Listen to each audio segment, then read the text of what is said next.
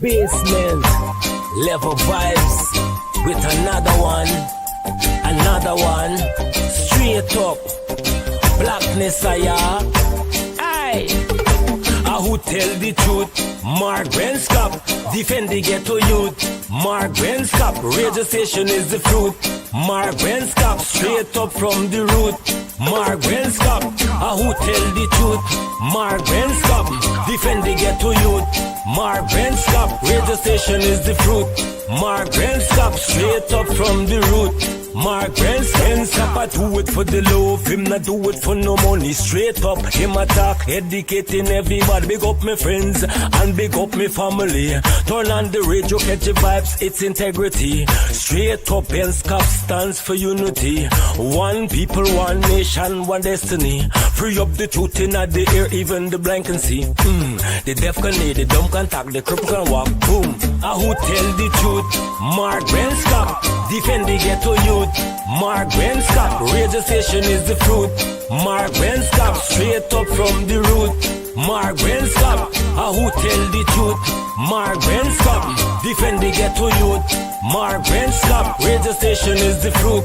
Mark Benskop, straight up from the root. Mark Benskop, we have to gather wrong, grab a seat and sit down, pay attention. Education, liberation, we have to stand strong. Benskop upon the radio, lively up the program. Everybody call somebody and let them turn and tune and on the radio and catch the boom song. We boom it up already, we have to boom it up again. Expose and reveal him. Who tell the truth? Mark Benskop, defend the ghetto youth. Mark Benskop, radio station is the fruit. Yeah, my name is Jasmine Kaldata from City, Vietnam, and since 1965 I become a voter, and I always place my ex next to the cup, and what they are doing today, I can't take it. So I have no more vote to give to PPP anymore. I'm not going to vote anymore no more. If they have to lose by one vote, they're losing it by that. Oh, Jesus Christ, if cost of living double, I don't know what happened. A pound of sugar is $300 already. Flour, everything gone up. Everything just raising. You gotta give about $40,000 for buy good ration. You gotta get 3 man now. A weekend man, a monthly man, and a fortnight man.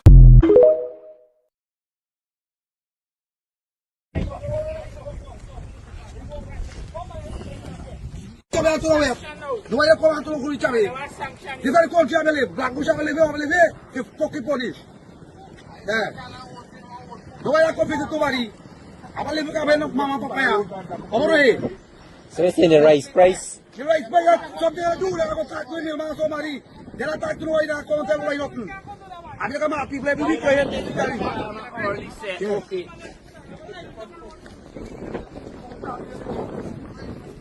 There and fabricate that. Unless you say who the person is, I can't comment on anonymous people.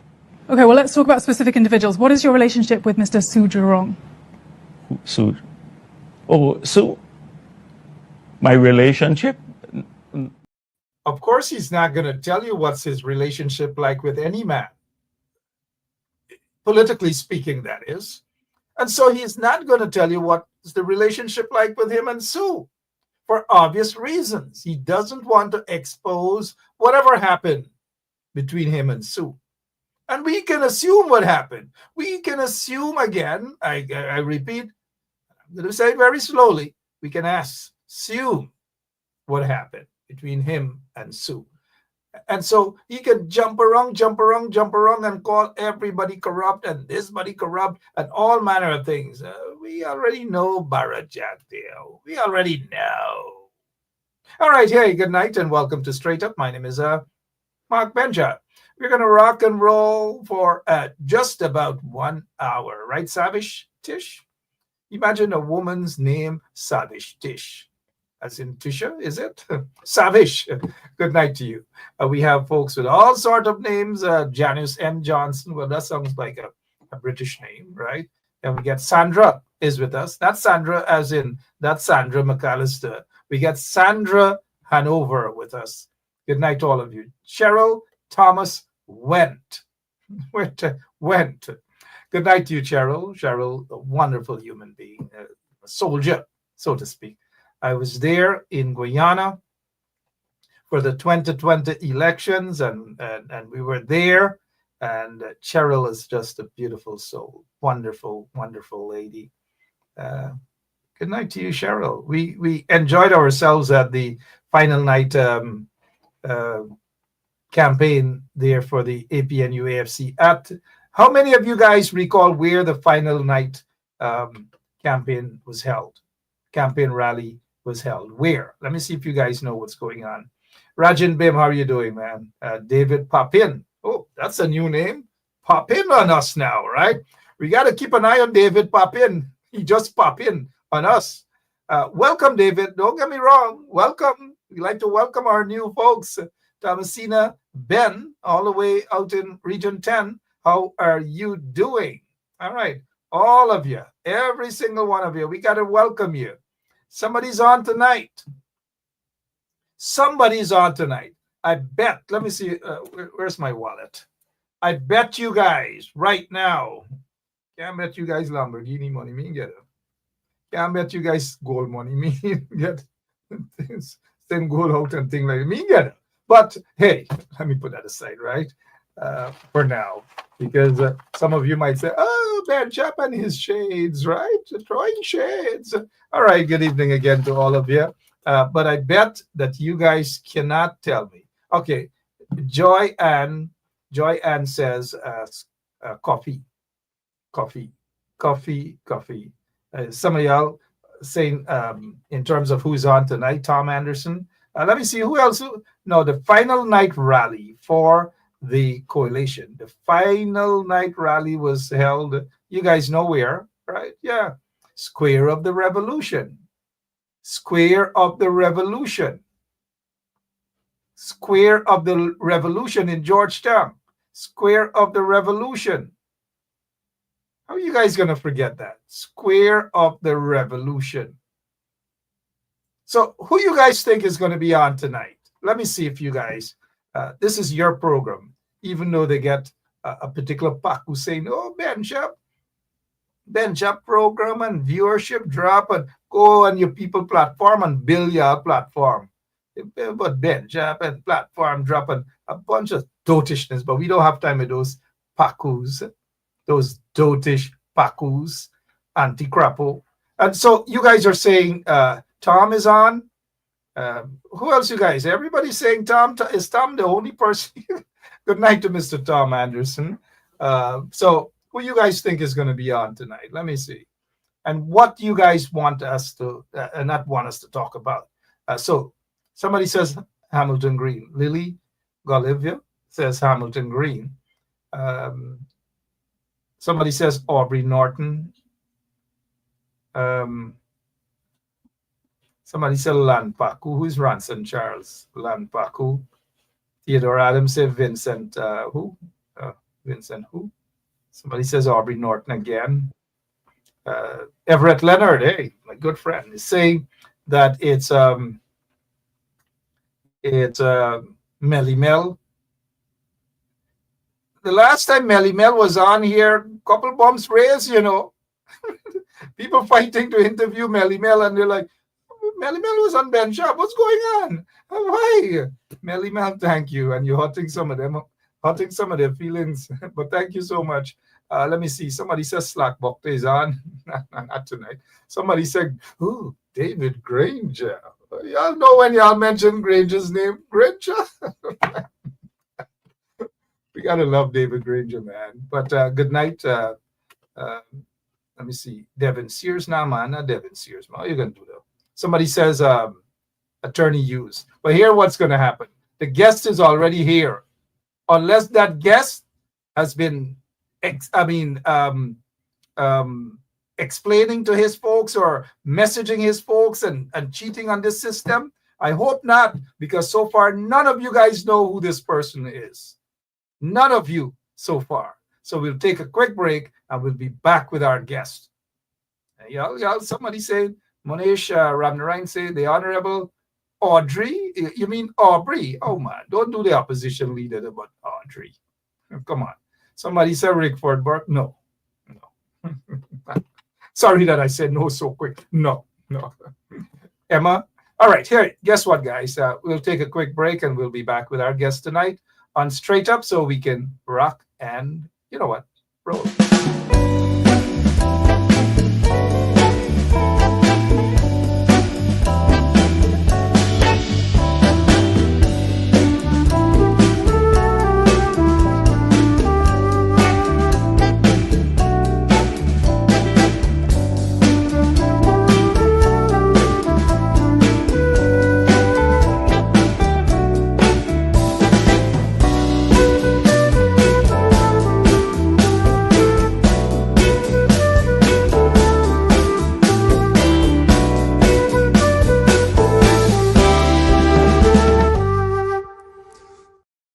You know, the funny thing is they could jump high, they could jump far. Guess what?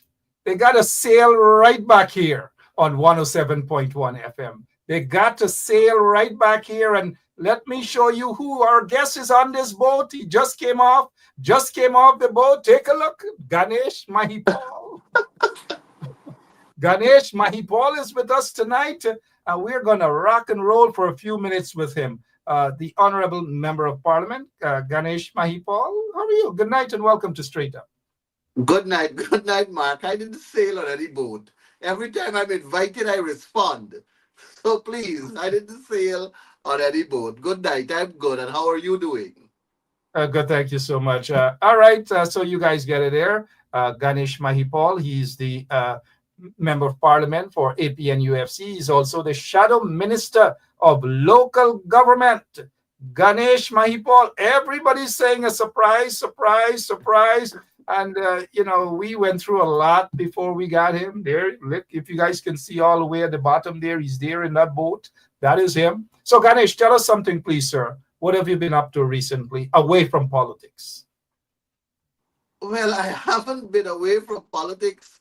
I don't know when last I went away from politics. You know, I'm deeply involved in the Constitutional Reform Commission, actively involved in the National Assembly, and as a central executive member of the party. So I am not really away from politics. But what I've managed to do is make more time for family, in the sense that my son wrote the National Grade 6 assessment and was awarded a space at St. Stanislaus College. So I take it upon myself. I make it my duty to drop him to school every morning and pick him up back every afternoon. So that is one commitment I have been engaged in that is perhaps outside of politics. And I enjoy doing every bit of it. Thank you so much, Joe, for that, and congratulations. His son's success at St. Stanislaus. You know who else went to St. Stanislaus, right? Same person that went to IFLAT University. Congratulations. I noticed we got a particular snitch in the audience here with us, and we use snitch in a very, light manner, not a disrespectful. Where is so Eon Williams is saying, Ganesh, Mark talk your name. He said he don't know when last he heard from you. Now, do you believe that person? Will I do something like that, Ganesh? Well, I was listening to the program and you did say so. Oops. Okay. Well, let's move on with tonight's program. Thank you so much. Good to see you, and at least you have a good sense of humor as well. And sometimes that's the nature of politics. Not everything people got to get vexed about. But let's get straight into business. What's the situation, sir? I know. In politics, huh? Yeah. 2 persons got shot and killed. They were murdered by members of the Guyana police force in Linden. What is your take on that, sir, in terms of police brutality and extrajudicial killings? It's nothing new to Guyana, and when it happened, I was really moved by the fact that I felt that it was a repeat of what had happened in 2012 when police did the same. And I was like, what is wrong with these people? Why do you have to go down the road of just pulling out your weapon and using it like that on life? And you know, when I saw the video, that also really disturbed me, because there is it. I saw a person jumping out of a minibus, a tinted minibus, and with a handgun in their hand, just coming to somebody. And I was like, if that was me, I would have run too.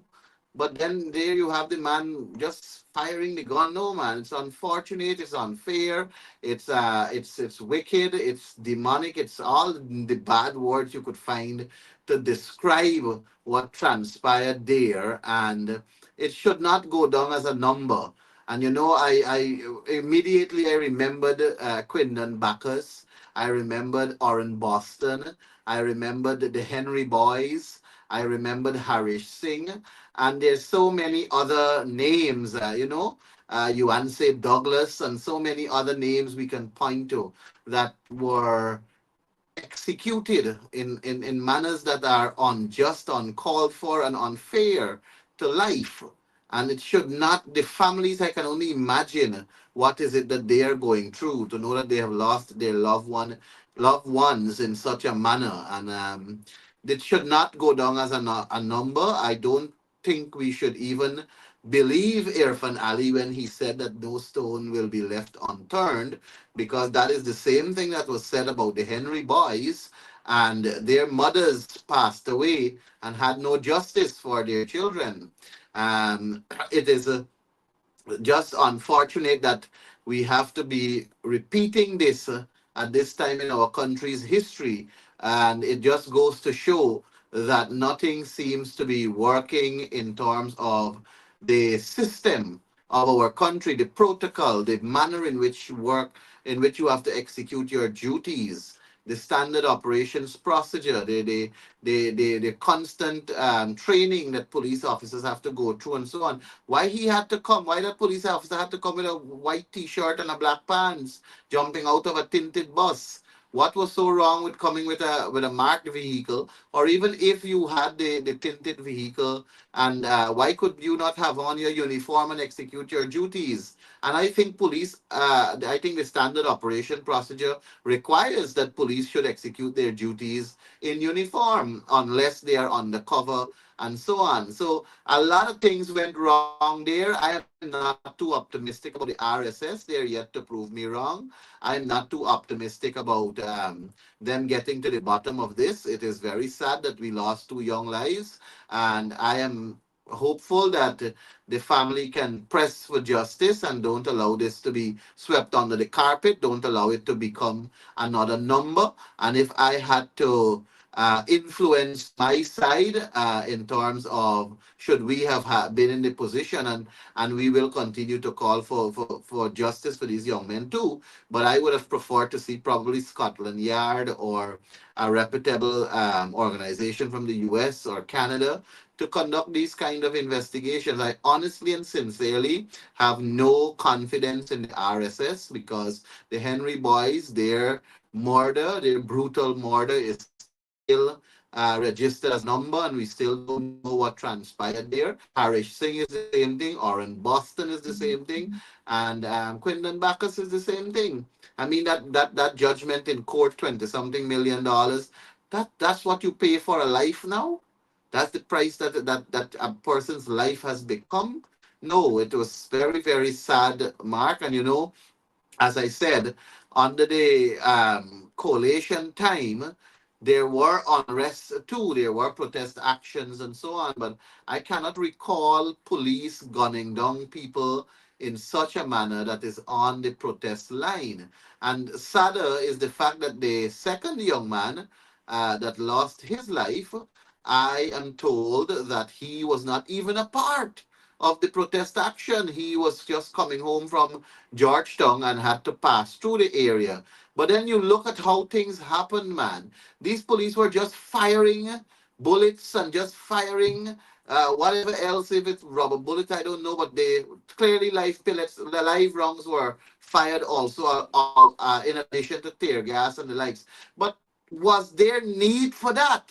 The You know, public, the as citizens. we stick a pin on that, and those of you who are now joining us, Ganesh Mahipal, member of Parliament and also Shadow Minister of um, local government. Sorry about that. We're talking about the situation there in Linden, and you preempted my question about the RSS officers, the failures of them, the Henry boys, and I think they went down there also for the paper shorts. They just came up short.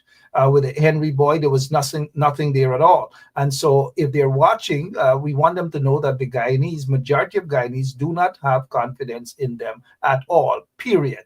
And so as a result of them not being able to deliver any sort of justice, the fact that they're back again, people are just not confident at all in them. Uh, Moving away from that now, for now at least, let's touch on almost But three Mark, years. I wanted to make another point to Sure, ask go the ahead. question: was it necessary for the police to react in such a fashion? The people went out there to express their hurt, and they were angry at the killing of this first young man.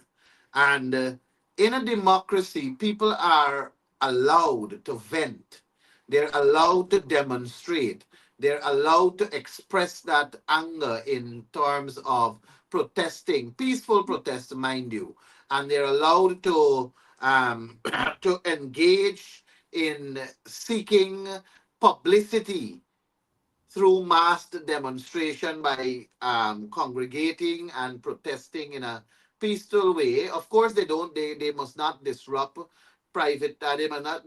Must not disrupt private nor public property nor damage them and so on. But even if that was happening, I didn't see any police with any loud hailer calling out to the citizens, don't do this. I didn't see any police sending any warning. I didn't see any engagement, any act of trying to ease the tension, any form of wanting to have a dialogue. It was just that I saw police move into operations and started to fire bullets. So the question is, did the police act as their standard operation procedure dictate? And these are questions that ought to be answered and should be answered in addition to justice for these families, which is of greater importance at this time. And that is what we have to know what really transpired. It was a sad, sad day in Guyana's history. Another sad day indeed. It looks as though there's a because we didn't see the police operate like that during the course of the 2020 elections when roads were blocked and police were beaten and school buses were stoned. Nurses, I don't know if it's because different folks at different what is it, different strokes for different folks. But we can discuss that another time. Indeed, the police brutality meted out to those people out in Linden. It's a shame and disgrace. But thus far, though, Mr. Mahipal, not a word from the Commissioner of Police. Does that come as a surprise to you, sir, that this man is so silent?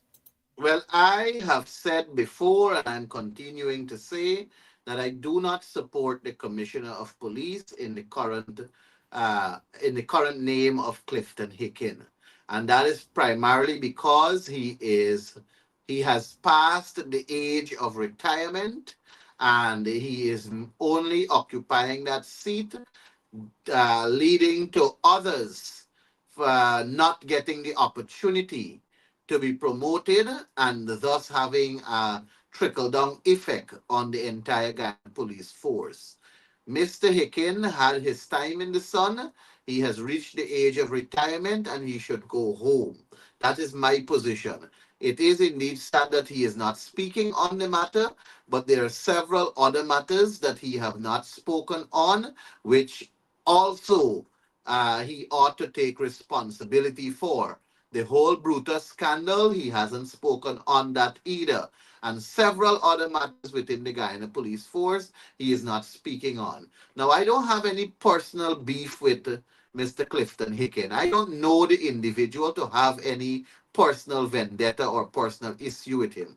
My objection to him as Commissioner of Police is based on a principle, and that principle is you have reached the age of retirement and you need to make way for others so that they can have that upward mobility that they're equally entitled to, as he has enjoyed by getting confirmed as Commissioner of Police, even though it wasn't with the consent of the opposition, which is required by law. There were some nitty gritties that the president, there were some, what I would say, some loopholes that apparently the courts have agreed with. But at the end of the day, I believe it is time for him to make way for a fresh face and for the police force to be given an opportunity to redeem themselves. The Guyana Police Force, I believe, ought to be respected. They are the law entity to execute and to ensure law and order and to hold our country at law and order basis. But clearly, Clifton Hicken did not bring any form of transformation in the force. The last commissioner of police, I believe, acted in the best interest of our country and at the same time moving the force in a direction to enhance its community engagement and confidence with the citizenry, I think was Leslie James.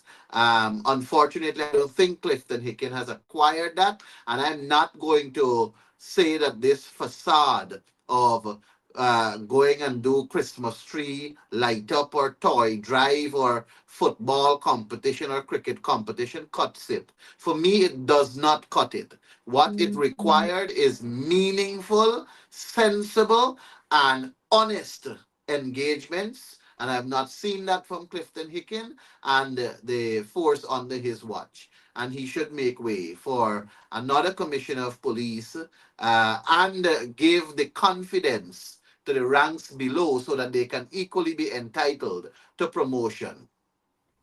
Well said, Ganesh Mahipal. Can't disagree with you there at all. I haven't seen anywhere where the Commissioner of Police visited the community, the mining town there of Linden.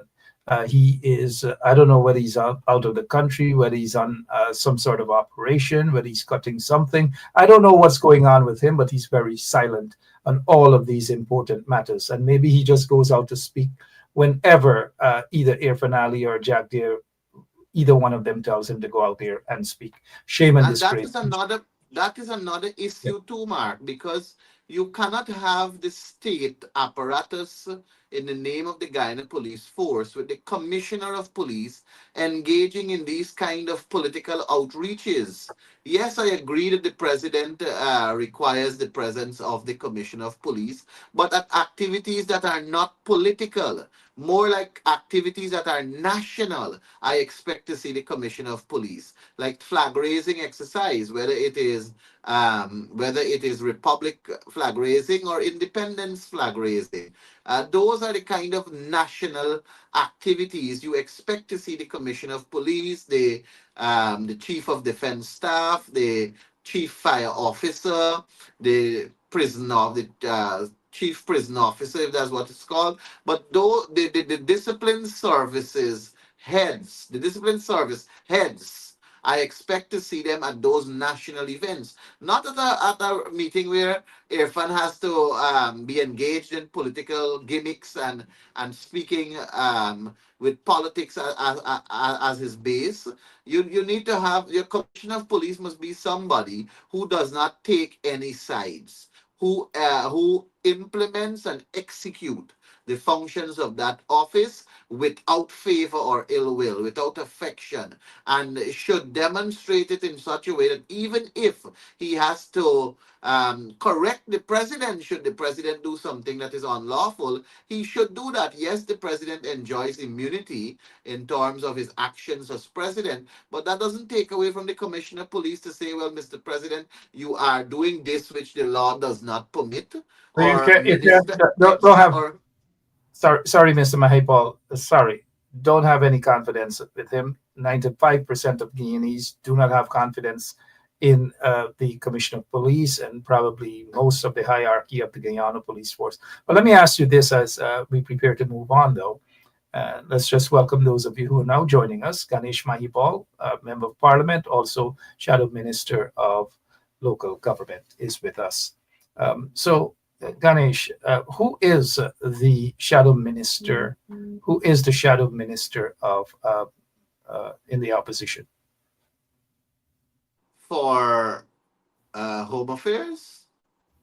Yeah, sorry about that. Thank you, sir. Thank you. For Home Affairs, yes. Yeah, I was thinking is that because we were talking about the commissioner asking. Yeah. It's Yeah. Kamraj Ramjatan. Okay, and with all fairness too, we haven't heard much. At least I haven't seen much of Mr. Ramjatan speaking out on this particular issue of police brutality and once again extrajudicial killings. I just thought I know he I'm did. not expecting you to answer that, but No, but I I know know the he did AFC. condemn it. Yeah. Whether I know he did condemn it, but whether it was widespread, I'm not sure if it was shared on all the platforms or if he was interviewed by all the platforms. But I know he did condemn it by way of a statement because I Oh, saw it. yeah. Thank you so much, though. At least you condemn it, but more needs to be done. Moving away from that, over the weekend, the PPP, they were all over Burby. Suddenly, they pretend that they're loving the people in Berbice as well. I know you've made some trips out there. I know you're in contact with some of your party, quote unquote, comrades out there in Berbice. But before I get your reaction on the propaganda by the PPP in Berbice, I wish for you, sorry, I'd like for you to listen to this particular tape here. A gentleman all the way in Blackbush Boulder.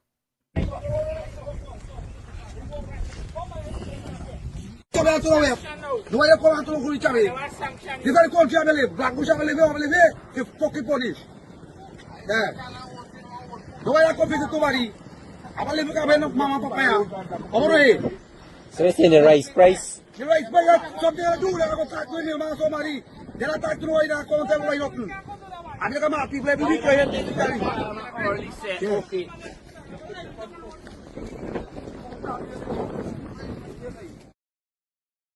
People are frustrated all over. Blackbush Boulder, all across the quarantine, people are frustrated, Mr. Mahipal. You're not surprised by that, the expression by that gentleman there and scores of other folks. But yet the PPP got down into places like New Amsterdam, Skeldon, and so forth, and spreading their propaganda as if all is well and there's some sort of a progress.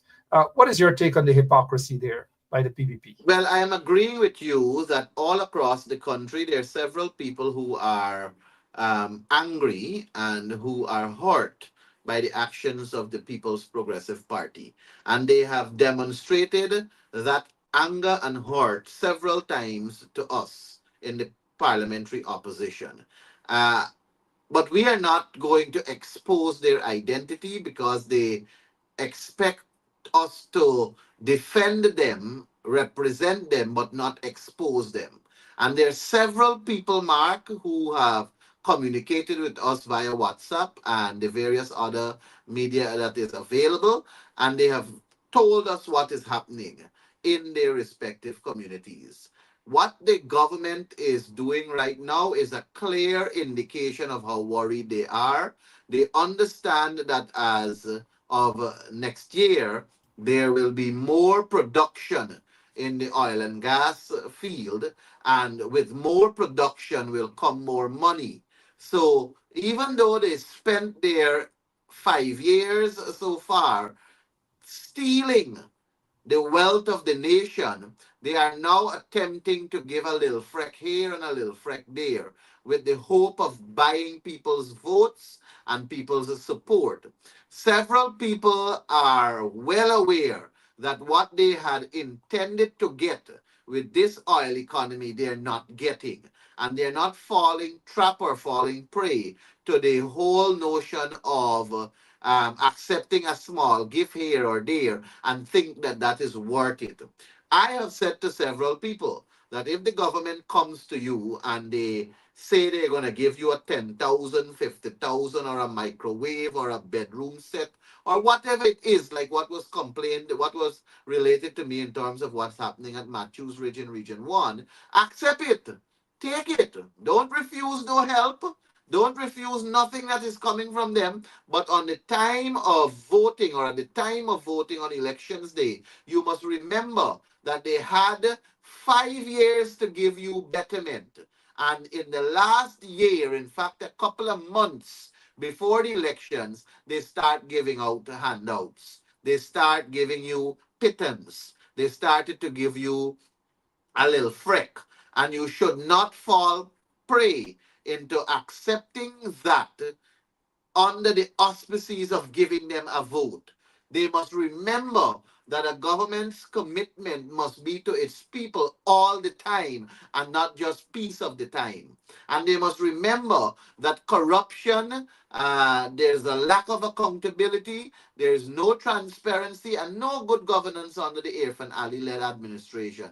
With the amount of money that this country has now, Mark, all that is happening right now in terms of what we can see. Yes, we're seeing some roads, but it's not proper roads. Yes, we're seeing some infrastructure improvement, but they're not done properly. And take, for example, all of these concrete roads that they're building. Why is it that they cannot also build walkways so that the pedestrians don't come into any direct contact with the vehicular traffic? They're not doing the roads properly. They're not making it aesthetically appealing. They're not making it proper in the sense that you can be proud of the development. It's just haphazard.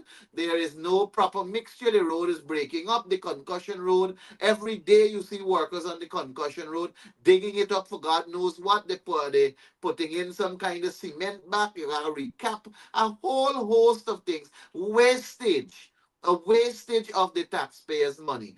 When they're investing in a project, it is not done properly. And that is the sad reality. And people must realize that the 5 years they have spent so far, from from August 2020 to now, within this 5 year period, they have really and truly not done anything properly. Yes, you cap a couple of roads, but was it done properly? Yes, you did something in terms of constructions of schools. Was it done properly? Was there a focus to make the school more conducive to learning? Was there an act from the Ministry of Home Affairs, for example, Robson Bento, to put a traffic management control system so that people can traverse easier? All of these are things that you ought to ask yourself and to conclude whether it was done properly. Yes, handing out people $100,000, NIS people a sporadic one-off something, children and the cash grant. All of these things, once they are beneficial to the people, I will dub it as good. My problem, however, is that the sporadic way in which it is done does not give guarantees or assurances to the people that they will continue to enjoy it. Instead, what it is doing is basically vote buying. That is what the PPP is engaged They'll in. stick. Vote So buying, a vote buying exercise. they'll And stick. we as Guyanese should not allow ourselves to be gullible. We should not allow ourselves to fall into this vote buying fiasco, and we should not Thanks. allow ourselves to be ridden by this corrupt regime that has no accountability, no transparency, no good governance, and all they're focused on is enriching themselves, enriching their friends, enriching their families, and enriching their favorites, with us You know, receiving some crumbs. We should again, not tolerate it. We are I, too rich a nation, Mark. We are too rich a nation right now. From 2020 to now, we have begun to get oil money. Our budget is in the trillions of dollars, and we are too rich a nation to allow a small group of corrupt people to believe that they are our masters, and we ought to get rid of them come 2025 elections. thank you so much, Ganesh Mahipal, who has been absent from this platform for quite a while. So he's taking a lot of chances. He's taking up all of his minutes. So we are allowing him. He's talking a lot of things that we agree with 100%. Cannot disagree with Ganesh. He scores another point here tonight. Again, he's scoring lots and lots of points. Notice Nancy say yes, vote buying. People are agreeing that it is vote buying. That is all they can do at this point in time because they know that they're in trouble. But let me ask you this, Mr. Mahipal. A government under the PNC, APNU, or whatever, whether there's a coalition at all, but a new government that's going to be replaced by the PNC, APNU, and whoever else falls under that coalition. How different and what are some of the plans you guys have to make Guyana breathe again? Well, I must start off this, and thank you for this opportunity. I must start off this by saying to the people that Guyana belongs to all Guyanese. And that includes these wicked jagabats that are in the People's Progressive Party, gallivanting as though Guyana belongs to only them. Guyana belongs to all Guyanese. And our country is right now at a place where we have resources to build, develop, and empower our citizens. We have the opportunity to make the small man the real man.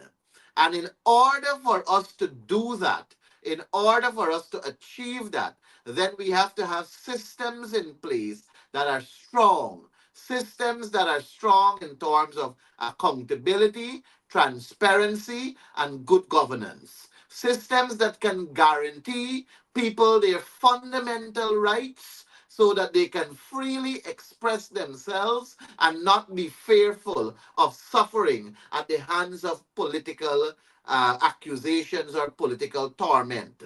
And in order to do that, it will require a government to focus on strengthening our institutions that exist currently. And our team that is led by Aubrey Norton, and Aubrey Norton, I think, is a fantastic leader. And many people are out there trying to demonize him and chastise him, but they don't know the individual. Aubrey Norton has been involved in active politics since 1972. And since then to now, he has never been associated to any form of corruption. His name has never been associated to anything relating to corruption. Aubrey Norton also has a track record of engaging several young people and transforming their lives by way of encouragement and sponsorship for them to move in the field of academia or whichever strength they have.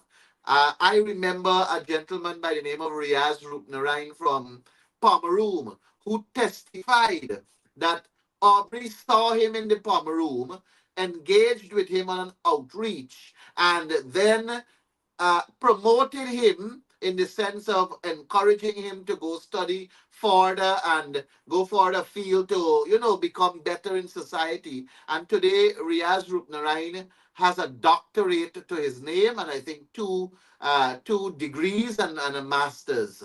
And he spent, I think, 17 years at Queen's College, and he's now moving on to another field.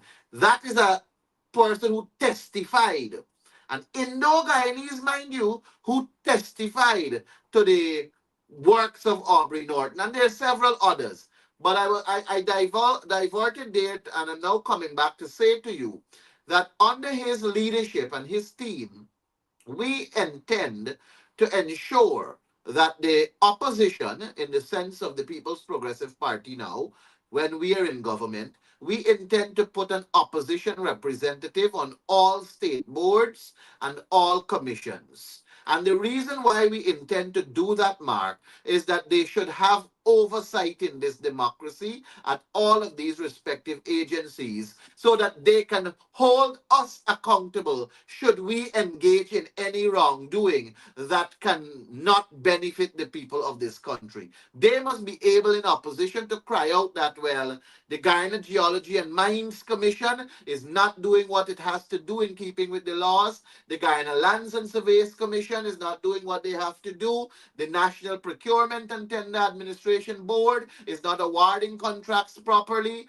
The NIS Board is not doing what they have to do. The Guyana Energy Agency is not doing what they have to do. The Environmental Protection Agency, all of these entities, they are governed by state boards and commissions, Guy Oil. And when you have the opposition having a seat on those boards, it gives the opposition that oversight to hold government accountable. Any government that refuses to engage the opposition to have a seat means that they are aiding and abetting in the corrupt practice of filling their pockets with their friends, families, and favorites. And they want to see a weak system. They want to see a weak structure, and that's because it benefits them financially. We do not intend to have that. And I'm very passionate about this, Mark. I'm passionate about it because strengthening our democracy requires us strengthening our structures, require us strengthening what is embedded in our constitution so that we can get the benefits from that. with a strong structure and with support in terms of oversight from the opposition, a government is forced to do what is right for its people. The second thing I want to talk about in terms of what we intend to do is to focus on a people centered approach where you can make the small man the real man. There are several financial measures that the opposition, in the name of the PNCR, the APNU, have outlined after playing with the figures, knowing what is our current budget. Right now, our budget stands at $1.3 trillion dollars or thereabout, and next year it will grow. In fact, every year that I have known myself, since I've known myself, every year the national budget keeps growing, and that's because it is expected to give more to its people. And there are several measures that we intend to take to benefit our people. And like I said, the resources are available to do it now. So anybody who wants to bring that foolish argument to me that we didn't do it when we were there 2015 to 2020, well, the PPP didn't do it from 92 to 2015 either. And none of us could have done it because we did not have the resources to do it. And then the PPP did that one time 10,000 because we care cash grant in 2014. They had a meeting and they said that it cannot be continued. And now that they have the money and they can afford to continue it, they want to play like if it's a 10-year thing that they had going that we stopped. It was 2014. It was a one-time offer that the PPP was offering at that time. And now that they have the oil money, they can do it more. And we are saying with this, with the amount of oil resource that is available at our disposal right now, we have to lift our people out of the nightmare that they find themselves in. So how do we intend to do that? We intend to increase the income tax threshold.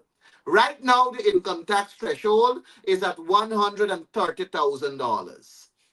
So if somebody in this country is earning $150,000, $20,000 of that is being taxed, and it goes to the revenue stream of our country. 130,000 is the threshold. Every dollar above that 130,000 is subject to taxation. Pay as you earn, PAYE. We are saying that we need to increase that income tax threshold, and our proposition is to take it to $400,000. 400,000 Guyana dollars. That will put more disposable income in the pockets of Guyanese. So if you are earning $150,000, it means not a dollar will be taxed. You'll be taking home every cent that you have worked for. If you're earning $300,000, you will take home all $300,000. And that is putting the money into the pockets of the people.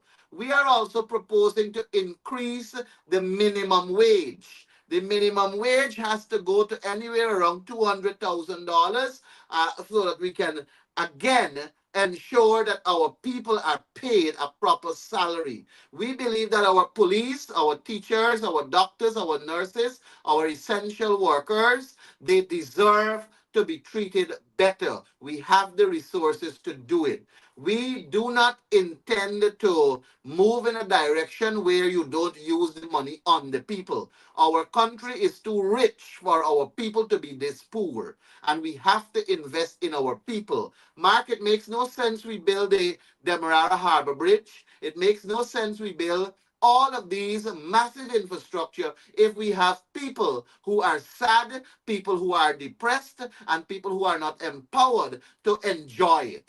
We need to ensure that our human resource is well taken care of. We need to ensure that they are put on a good footing so that they can enjoy their country with their children and their grandchildren. And an institution can be of such a strength that they must be able to, whenever they drive or whenever they move, they must be able to say that they're comfortable living here in Guyana. The last thing I'll touch on now, because I can go on and on and on, but the last thing with reference to this question is, I am also passionate about us revising the duty and excise taxes on SUVs, on high-end vehicles.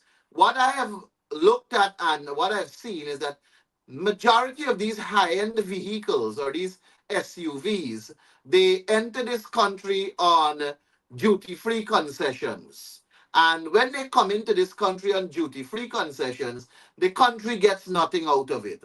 But if we are to revisit the duty and the excise tax that is existing on these vehicles, and we can move in the direction of reducing it to a more affordable sum so that people will not have to be burdened with this huge duty and huge excise tax. If we can reduce it to an affordable sum, then we are also giving empowerment to our people financially, where they can feel comfortable knowing that they can buy an SUV, and instead of them having a 212 car or a note or a small car, they can feel empowered knowing that they can also buy an SUV. It will obviously be something brand new once you can revisit the duty and excise tax. It will give them longer years of service, and it will also enhance various different other parts of the economy, fuel consumptions, and so on.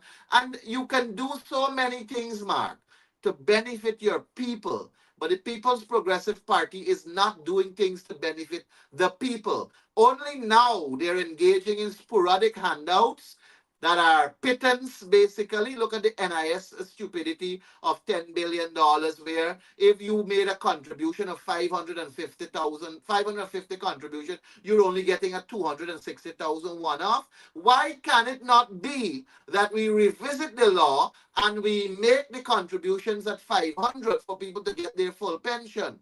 Or why can't we, for people who have contributed 500 to 749, why can't we give them back like 85% or 80% of their contribution? Those monies are their monies. It belongs to those people who paid it.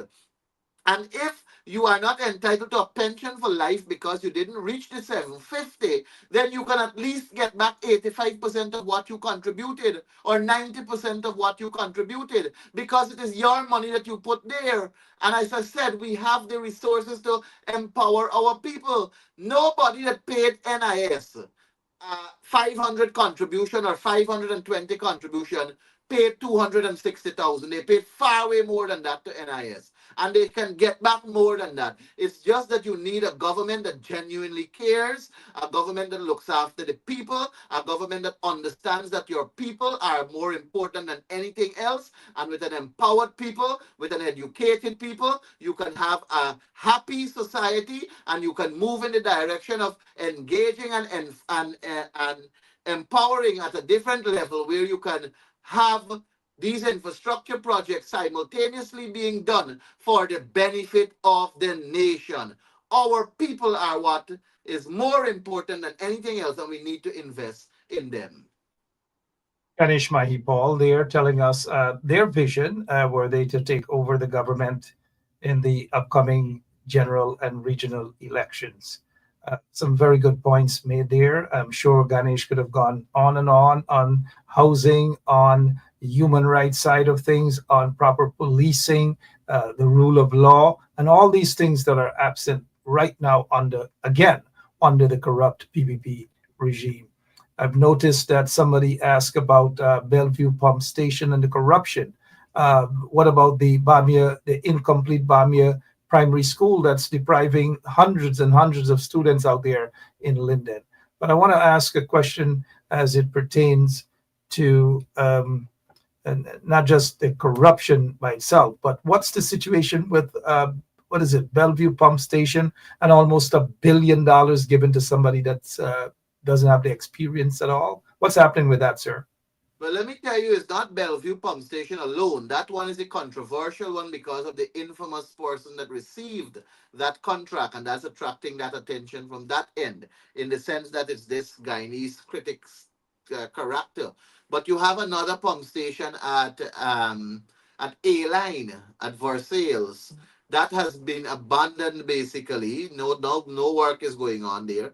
You have one at Podrine, you have one at Canal Number One, you have the one at Bellevue, you have one at Metamere Zorg, you have one at Jimbo Grove, and there's several others that are incomplete. And that's because they did not do any kind of technical surveys, any geological surveys to understand the soil type. There's this one at Charity also, and all of these pump stations are suffering, and they will require a huge investment in terms of more finances for it to materialize and become a reality. The one at Bellevue, nothing is happening. $182 million was paid to the contractor, and it's only about 10% completed. And when you look at it, you can't even see that 10%. It is more or less going to be terminated. I don't know why the ministry is waiting this long to terminate it. And they're saying that it is still within its contractual period.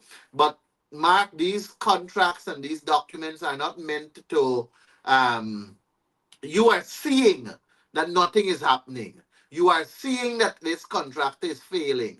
Why is it that you can't move in the direction of ensuring that you act now so that we don't have to incur more expenses like what we're incurring at other projects? Look at the gas to energy project. If Jagdeo and the other Kavakamites had gone with the feasibility study saying that that project should have gone at I think, a village on the East Coast, then right now they would not have been in the position they're in.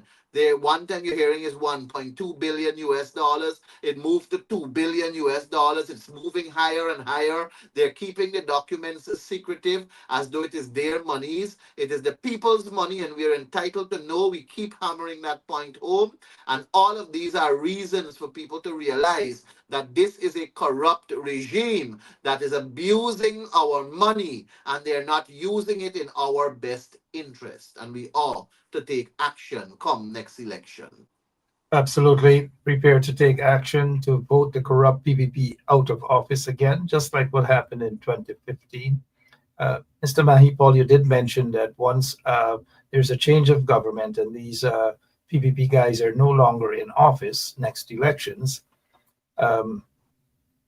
that positions will be offered for them in the opposition to sit on boards. Let me just remind our listeners, I know you're aware of this, that under the coalition that the same arrangements were made. But because of their stupidity, they decided to boycott every area except one or two key areas. But it is all because they do not believe in transparency. But I agree with you that any new government should also include the opposition. A responsible opposition, not like what the PPP was when they were in opposition the last time around. This time around, I hope there will be a responsible opposition. Let us touch now on the school, Bamia School, and there are other incomplete schools. Yet this corrupt PPP regime claims that they are for young people, about young people. Again, hypocrisy there. What's going on with that school in Linden, Bamia? A few months ago, Barajak said that it was 9 to 5, or it's completed, it's done with. But months later, nothing at all.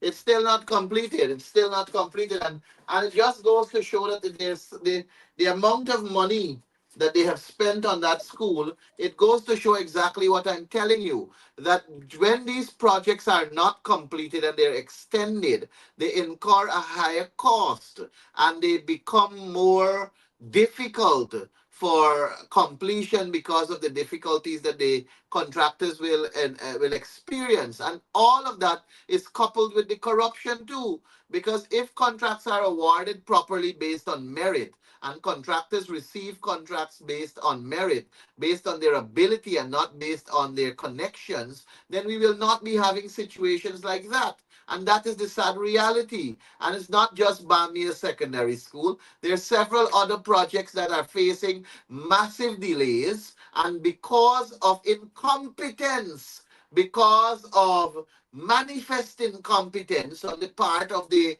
contractors who are awarded the contracts due to their connections with government ministers, connections with people who sit on the tender board, connections with people who do the evaluation. And that is why, Mark, to reiterate the point, a responsible opposition ought to play a role in government, and you must have a government that can embrace the fact that they ought to be held accountable.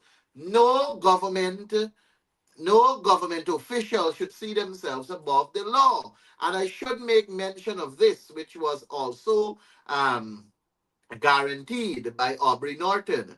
Right now, a minister of government, a senior minister of government, receives $1.8 million a month or thereabout, which caters for their allowances and the services to their staff members and so on. About 1.8 million thereabout.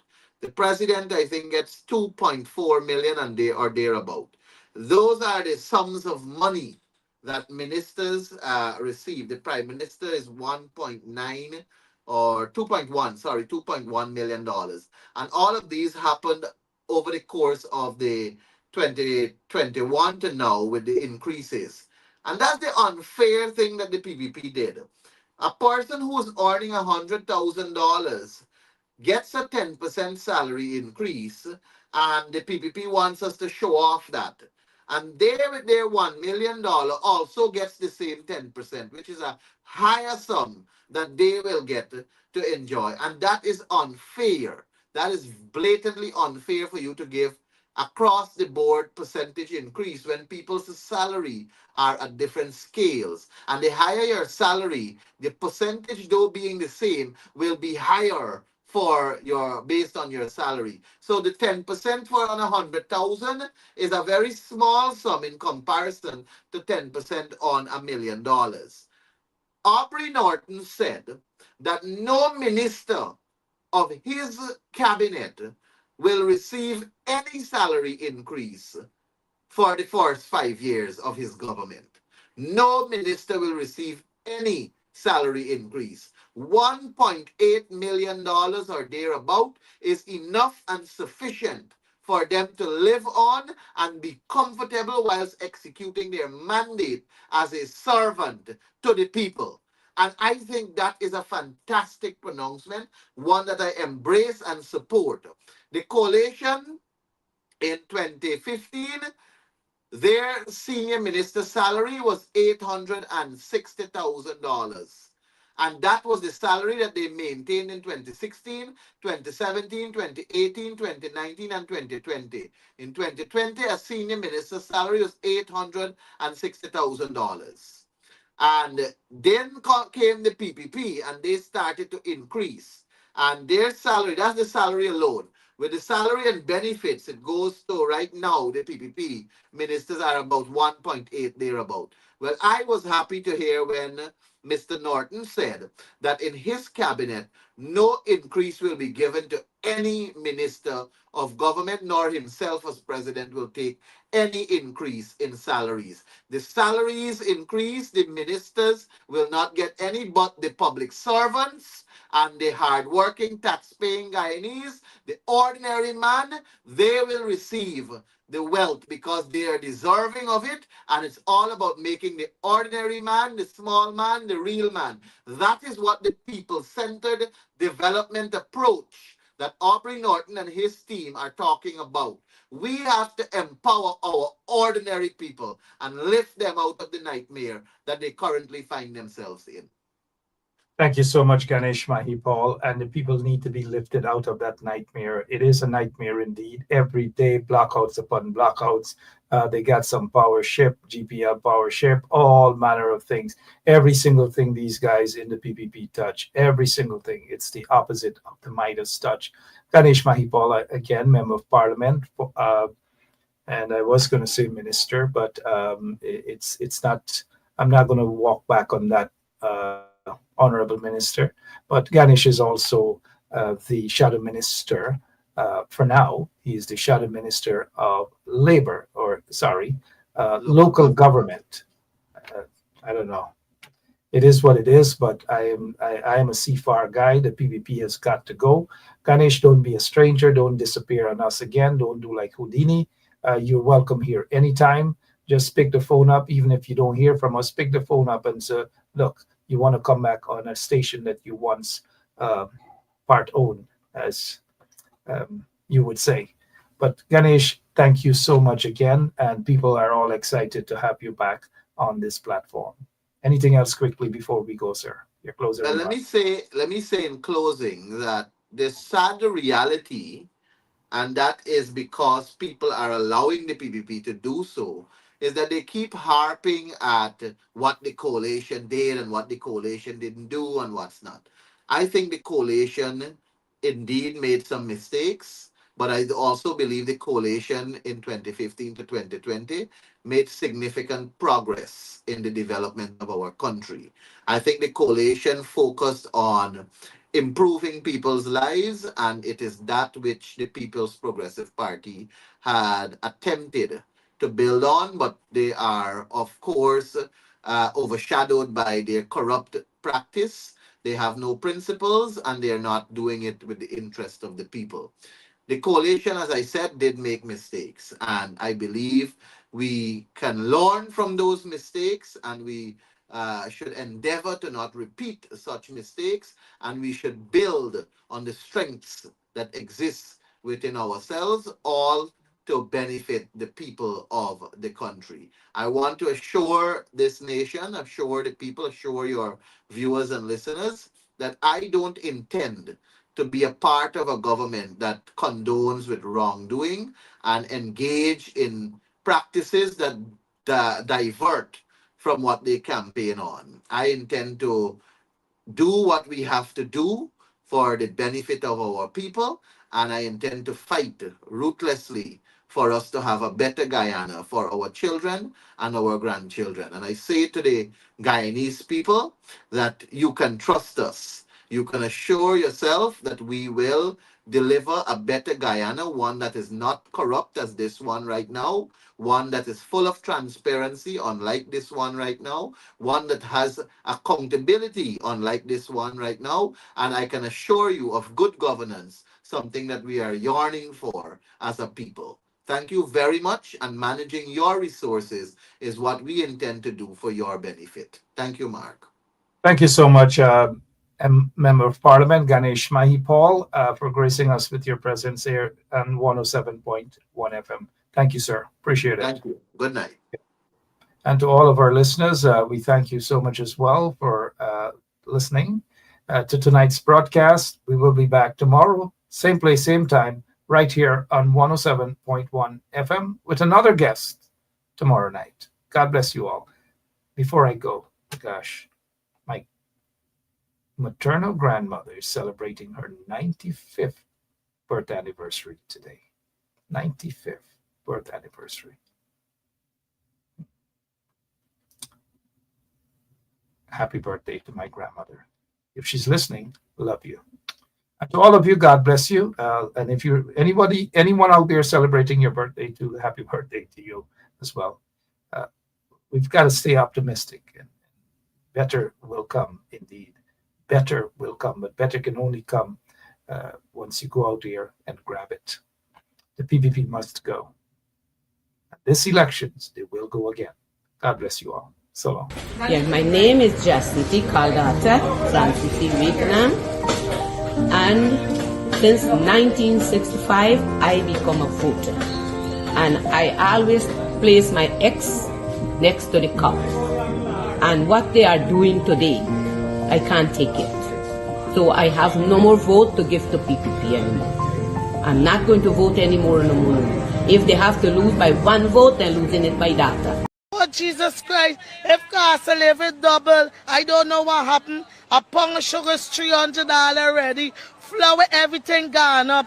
Everything just raising. You gotta get about $40,000 for buy good ration. You gotta get 3 man now. A weekend man, a monthly man, and a fortnight man.